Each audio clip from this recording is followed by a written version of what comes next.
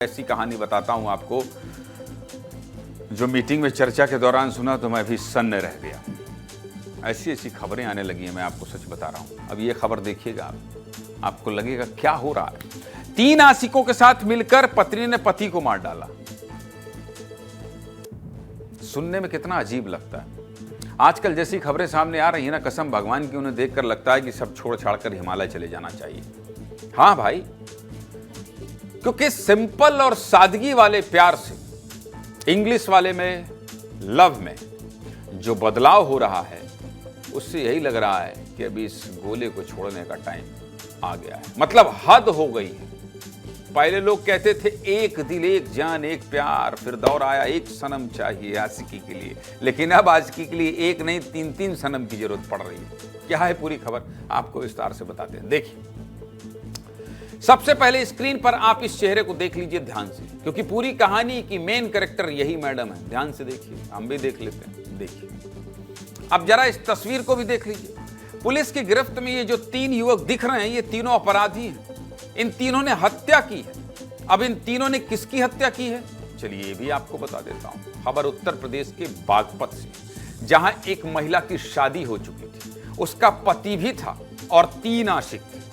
यानी पति के अलावा 3 अन्य कैटेगरी में आने वाले लोग इस महिला से प्रेम करते थे, और इन तीनों आशिकों ने मिलकर इस महिला के पति की हत्या कर दी। हत्या से पहले तीनों आरोपियों ने बकायदा प्लान बनाया और फिर तीनों में सहमति बन जाने के बाद महिला के पति यानी मृतक सोनू को बियर पार्टी के लिए गांव से दूर एक खेत में बुलाया गया। वहां पार्टी की गई और जब सोनू नशे में एकदम धुत हो गया, तभी तीनों आरोपी सोनू पर ईंट से हमला कर दिया, जिससे युवक की मौत हो गई। आरोपी यहीं नहीं रुके।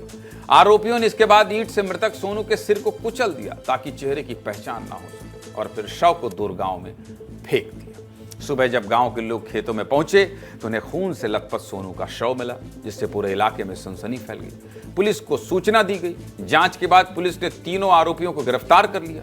पुलिस का बयान भी सुना देते हैं, सुनिए। ईंट से सर पे मार के हत्या की गई थी और वहां आसपास में शराब और बियर की बोतलें भी बिक्री हुई थी। थाना पुलिस ने इसमें बहुत त्वरित कार्रवाई करते हुए 3 घंटे से भी कम समय में 3 अभियुक्त जिन्होंने इस घटना को कारित किया है, उनको हिरासत में लिया है। उनसे पूछताछ की जा रही है। तो पूछताछ में जानकारी में आया कि मृतक की पत्नी से अवैध संबंध होने के कारण इस घटना को कारित किया गया था। मतलब एक पत्नी जो शादीशुदा है, उसके 3 आशिक हैं और वो तीनों आपस में मिल जाते हैं, और ये पत्नी अपने पति से नहीं मिल पाती। सोचिए कितना साथ देंगे इसका। जो हत्या कर चुके हैं, अपराधी बन चुके हैं, ये भी जेल चली जाएगी। क्या हुआ, सब कुछ खत्म हो गया। सब कुछ खत्म हो गया क्योंकि रिश्तों में ईमानदारी नहीं थी। ये बहुत आसान हो गया है रिश्तों पर शक करना, रिश्तों को इस तरह से खत्म कर देना, कुचल देना। इससे बाहर निकलना होगा समाज को। इसलिए मैं हमेशा कहता हूं कि जब भी आप बातचीत या संवाद करेंगे तो हमेशा समाधान की ओर बढ़ेंगे। सीधे मुद्दे की बात यही है कि भैया, जिसको जिससे प्यार करना है करो, मारो मत।